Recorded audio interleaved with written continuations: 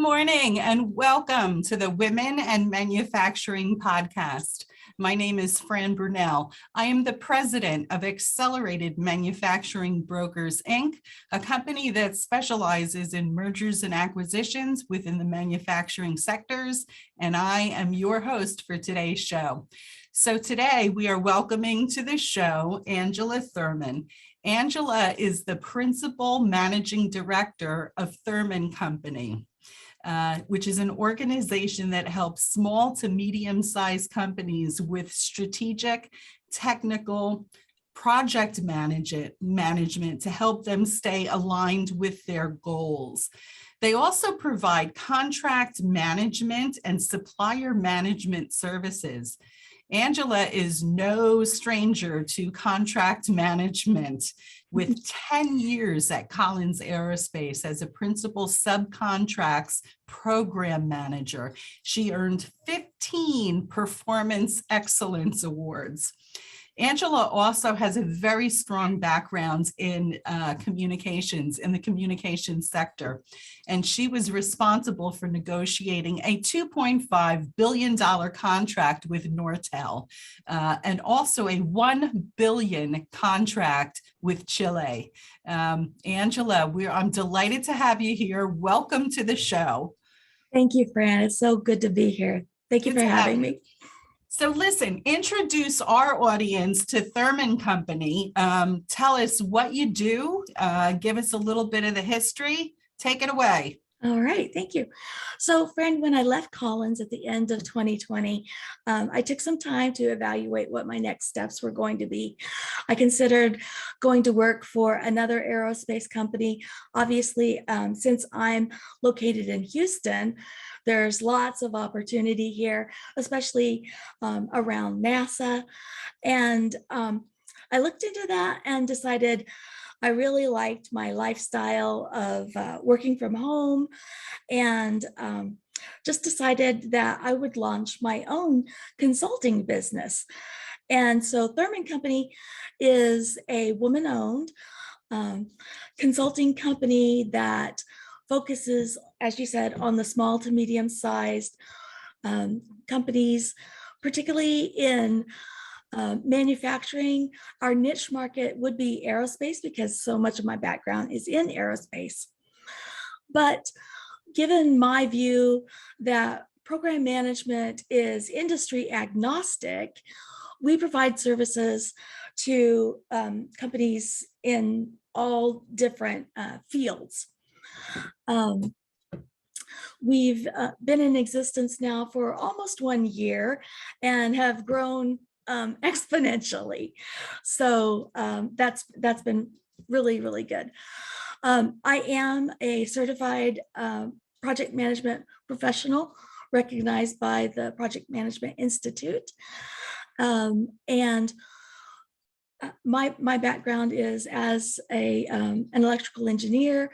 I have a master's degree in telecommunications management, and thus the experiences with Nortel. You also have a legal background, don't you? I do. So as a part of my my career in telecom, I had the opportunity to work with a lot of contracts. And at one point, my vice president of engineering said, how would you like to go to law school? And I was in Tulsa. So I started my legal education at the University of Tulsa Law School, where I actually had a full ride scholarship. Oh, wow, that's impressive. Oh, well, thank you. So I, over the course of time, though, my career took me to other companies, and I never actually finished the degree. I had 2 years, but learned the things that I needed to learn. Yeah. Maybe someday I'll finish it, but for now. I bet those 2 years served you very well as you're in contract negotiations, both in the telecom industry and in the aerospace sector that you spent so long in. Yes, very, very well. And Yeah. So let's dig in a little bit. I'm curious, as a project manager, you're helping people through basically through change, right? As they're developing new programs and different things. People hate change. People we are all do. change adverse. It's a rare individual that charges towards change. I think like less than 3% of the population are the freaks among us, and I'm one that charges towards change. So how do you help people overcome their resistance to change so that they can move in an appropriate way through business development? So that is a great question. We cannot avoid change. It is going to happen.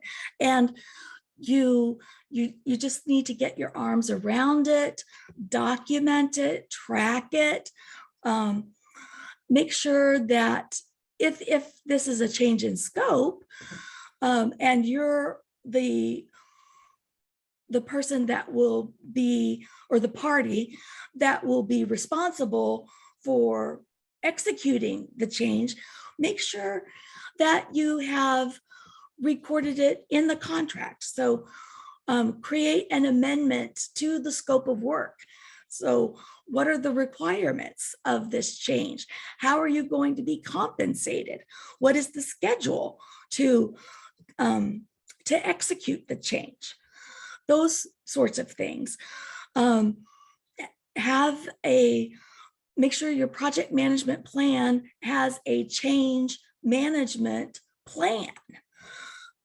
If you're a good project manager, you'll have that. You'll have considered that and recorded that in your project management plan.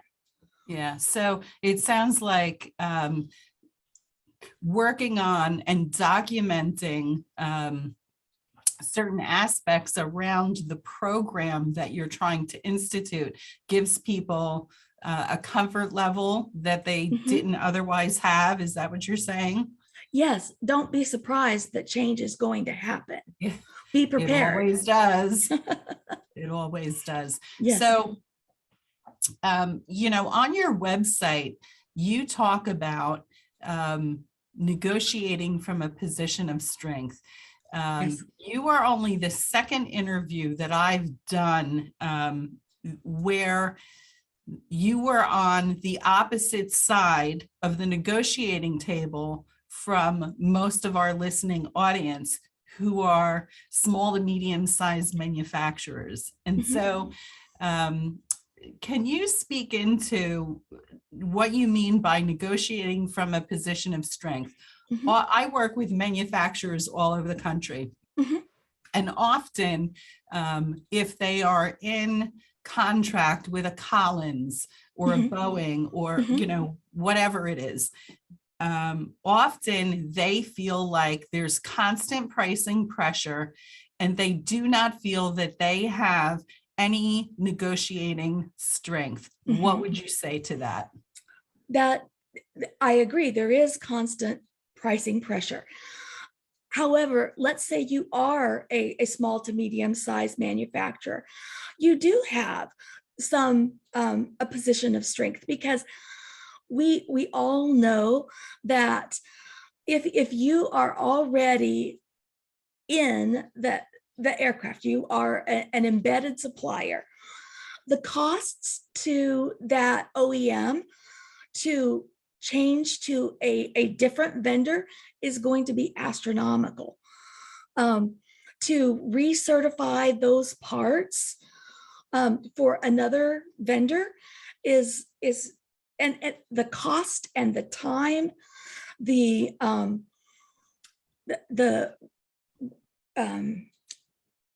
process, the FAA process, though all of those things will be considered in order to move to a new supplier. And the OEM is going to be very reluctant to do that. So, because everything would have to be changed, even the CMM will have to be updated. And that is going to be cost prohibitive. So keep that in mind. And then when you're negotiating, be sure that you include all of those things in the price. So incorporating this change, what will you ultimately have to do to incorporate the change that's being requested? So will you have to have new tooling? What sort of testing will be required? What will the documentation changes have to be? So it's more than just a minor thing. Make sure that you've included all of those things. And because you want the process to be fair, you want it to be equitable for all parties. Mhm. And it is in the interests of the OEM for their small to medium size manufacturers to stay in business. And we want that. We want there to be fair market pricing. We want there to be small businesses in the supply chain.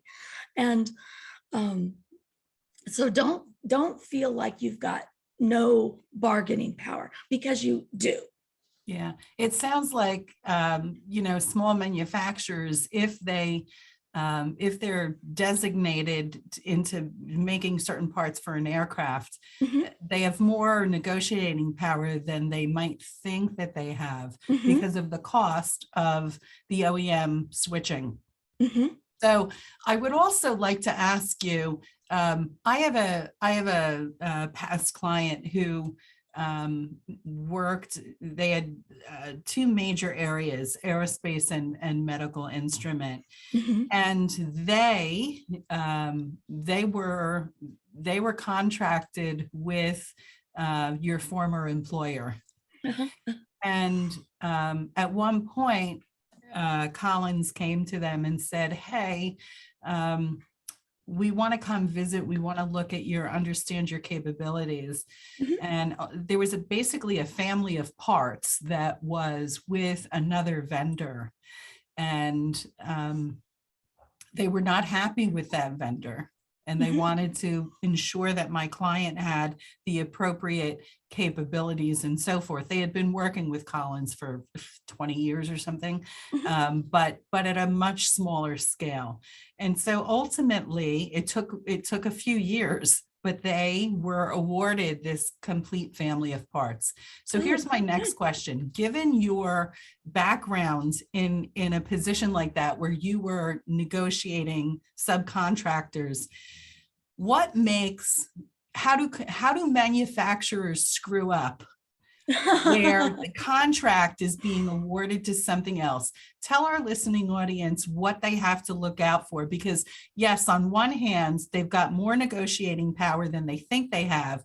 But Mhm. on the other hand, it's not unheard of that these OEMs will switch vendors. Mhm. What causes them to do so? Defective parts per million and on-time delivery. Ah, So those two things will start to flat. So if you're not tracking that on a monthly basis, and you're not exceptionally high, and by high, I mean on-time delivery needs to be 99.99% over a interesting. 12-month period. And I mean, that's just to get a seat at the table. Right. And your defective parts per million, it needs to be zero. It needs to be zero. And because quality and on-time delivery are the two most important things. And then, because if you've got that, then price becomes very, it becomes, much more easy to talk about. But if you're not meeting your quality and on-time delivery metrics, then that's when any OEM will start shopping. Interesting. So that just confirms. So when the aerospace company came to my client, they came because, they had been a customer of my client for 20 years doing smaller parts, but they came and they said two things. Your quality is outstanding, and so is your on-time delivery. And because of those two things, we're going to give you a shot at this other family of parts. So that, just confirmation. Interesting. So let's move on to a different topic. On your website, you also talk about reaping the benefits of a contract. Can you explain what you mean by that? Certainly. So let's assume that you already have a contract, and from this position, I'm talking about you're the purchaser. So, and suppose that your vendor is not performing. So here, let's say you're looking for those types of remedies for non-performance. So, and I'm not talking about how do I get out of the contract, but how do I help my vendor step up their game? So this might be, let's say their on-time delivery has not been stellar. What can I do to help them perform better? Can I put a resource in their factory to help them out and to just get them to improve? What kind of resource? What do you have experience with this? What kind of resource would an OEM put into a subcontractor? So maybe the contract says that if things are not going well, I will put a project manager in your factory. You have to provide them with office space. You have to provide them with all necessary reporting and facilities, and they will be there until you do start to perform. Until you clean up your act. You clean up your act. And yes, I do have quite a bit of experience with that. Interesting. And you'll have daily report outs, and you'll have project plans, and and oddly enough, most vendors don't like that. Oh, gee, that's a surprise. Yes. Does it work? Oh, yes, it does work. Wow. And apparently, well, it doesn't work every time, but it must work for a majority of the time. Otherwise, they wouldn't do it. Right. Because there's very focused attention on finding out what are the problems and how do we correct them. Yeah. So that's like the equivalent of you're in high school and your teacher is standing over your desk, looking over your shoulder. It is. Nobody likes that. Nobody likes that. Okay. But there's also things like, if your on-time delivery is below a certain mark, I get a rebate for your, and that becomes a financial incentive for them to improve. So you might look through your contract to see what that is. And sometimes you don't need to invoke the remedy, but merely point out to them that the contract does include this language. And that would be sufficient for them to be more attentive. So it's interesting. I would say to small and medium manufacturers listening to this, these are practices and methods used by large OEMs. Oftentimes, medium manufacturers are subcontracting down to smaller manufacturers. They could also utilize some of these techniques that the big boys are using in order to keep their subcontractors in line, could they not? Yes, they absolutely could. And sometimes this is just boilerplate language that gets flowed down that you may not even be aware that it's there. Interesting. I want to move on. So supply chain is a really, really hot topic. There's not a Yes. manufacturer in the country who's not talking about it and struggling with it right now. One of the services that your firm provides is supplier management resources. Tell us what you do in that regard. So one of the things that we do, and part of this comes from my prior experience, is to help organizations look at their supply chain. And maybe you focus on your most, how do I say this? Your most significant suppliers. Mm-hmm. So maybe they're providing parts that are key to whatever it is you're manufacturing. And we evaluate the risk to your organization that those vendors hold. So we would look at a whole gamut of risks.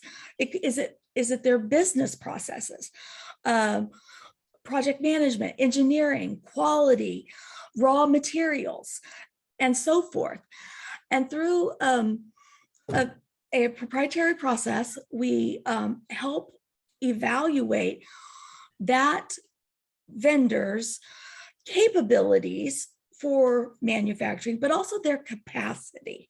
So does their factory actually have the capacity to manufacture their current demand levels? And do they have the capacity to take on additional business if that were to come in? So what are they doing to forecast? What are they doing to flow from sales to manufacturing? The demand that they have and what their future looks like. What are they doing as far as their logistics? All of those things, and helping our customers identify what their risks are and then to mitigate those risks. And I assume that you mitigate those risks by having alternatives for your client. We don't necessarily help the client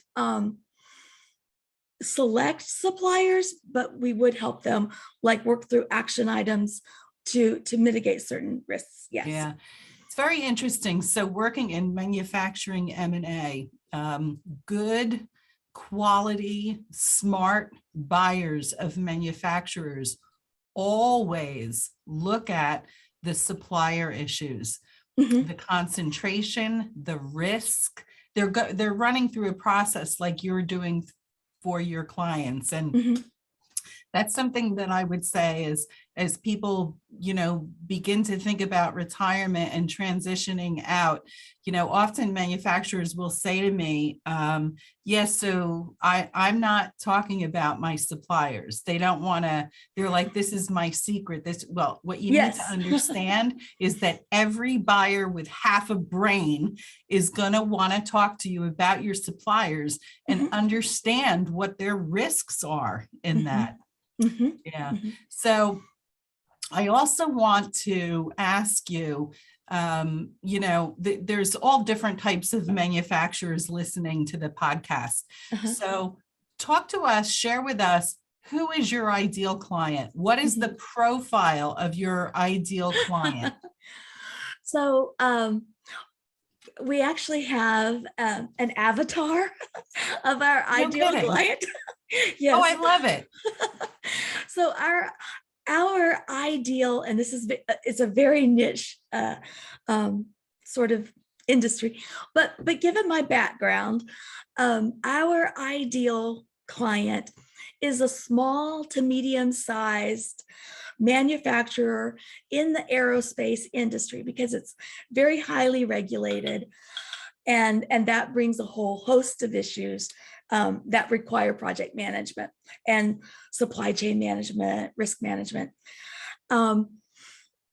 And because those skills are not always available to the small and medium-sized manufacturers. That's why they would want a consultant like Thurman Company. So aerospace, small to medium-sized business. What about geographic? Geography doesn't matter. Our team works remotely, and we're scattered throughout the US, and we even have some team members that are international. And so it's like, I have my laptop ready to travel. Awesome. We can help anyone. Well, we are starting to run out of time. And so, Angela, we appreciate you being with us. Tell our listeners, if they want to learn more about your services, how do they reach out to you? So our website is thurmanco.com, thurmanco.com. You can reach out to me on LinkedIn, and we'd just be happy to help anyone we can. Awesome. Thank you so much for being with us. I know that our audience is going to find, especially the discussion surrounding contract negotiation, incredibly helpful. And we very much appreciate your time and your expertise. Oh, it's been my pleasure, Fran. Thank you. Hey, if you're a woman in manufacturing or in an industry that is servicing the manufacturing community and you would like to be on the show, please reach out to me, Frances Brunelle on LinkedIn, or just call my office, 908-387-1000. I would also like to encourage our listening audience to visit WaMPodcast.com, where you can hear all of our shows and other shows brought to you by the Jacket Media Company. Thanks for watching today. We appreciate your time. Have a great day, everybody.